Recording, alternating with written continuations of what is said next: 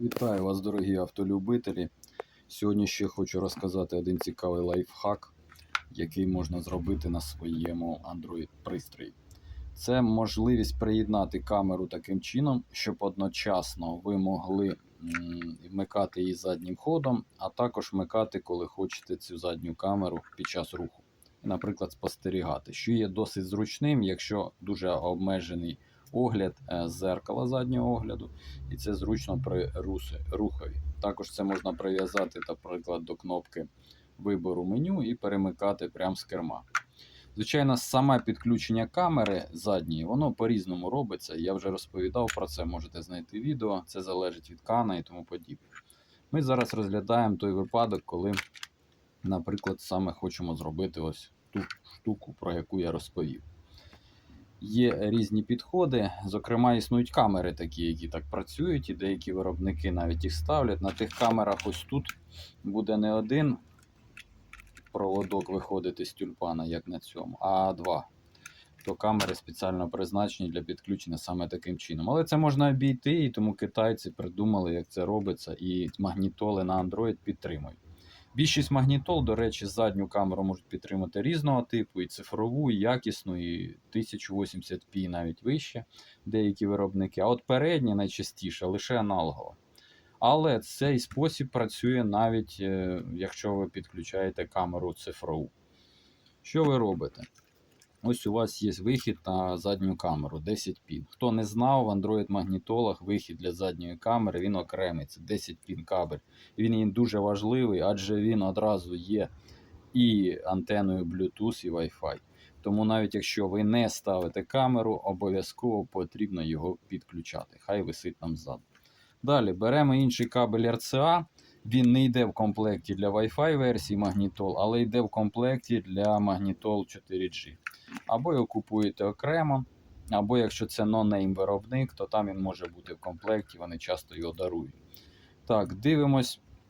Є такі виходи. Тут є два входи, точніше, для камер. Один для передньої, а інший для бічної.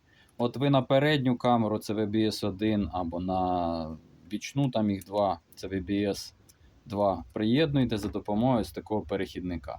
Тобто ми робимо з двох робимо один. Ось він тут приєднаний.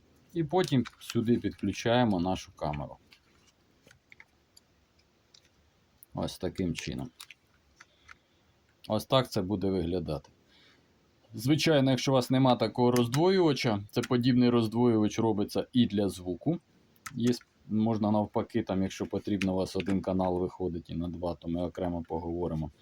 Буде відео. А от для відео його використовують. Якщо у вас його немає, ви можете банально спаяти. Отут паралельно спаяти ці провода.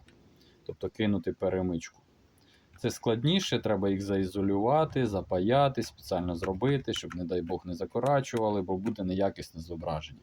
Але це теж можна зробити, не використовуючи такий перехідник. Хоча він коштує копійки, роздрібна його ціна там в районі $1, це в Україні, а якщо, наприклад, ви його купуєте оптом, то він значно дешевший, бо він недорогий.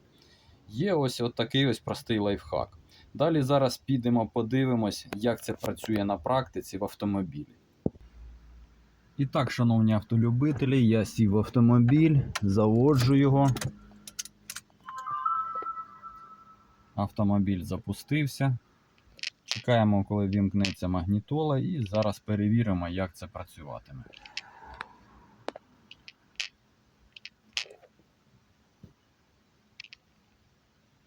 Зробити це можна на будь-якому автомобілі. До речі, можна приєднувати навіть 3 камери.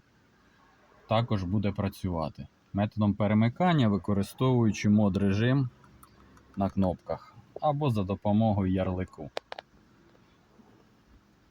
Так, вийдемо. Ось я вмикаю задню передачу. При включенні задньої передачі в мене вмикається камера. Потім я вмикаю нейтраль або паркінг. Заходжу. Вибираю відповідний ярлик АВ. В магнітолах Jansun їх треба дістати. І ось я можу їхати, рухатись, використовуючи камеру. І постійно рухаєтесь. Можу розділити екран пополам. Екран буде наполовину показувати камера, наполовину буде рухатись. Є і така можливість. І вийти, якщо потрібно, назад. Якщо буде, наприклад, у вас дві камери одночасно, то буде ділитися екран. Причому камера задня в мене стоїть цифрова, а підключив я її наперед, на порт передній, який не підтримує цифру. Ось такий лайфхак, можливо, комусь буде потрібно. Також я глянув, що ви не дуже дивилися відео про камери, які бувають взагалі камери, і відповідно хотів зняти відео про це, але бачу, що це не дуже потрібно. Про всяк випадок, в кінці викладу це відео. Погляньте, якщо воно набере більше 1000 переглядів, я розповім про які камери бувають, якого типу, яку краще купувати, що ставити, і взагалі, як відрізняти камеру від камери, як китайці обманюють на цьому, подібне. Бережіть себе, до зустрічі, підписуйтесь на канал.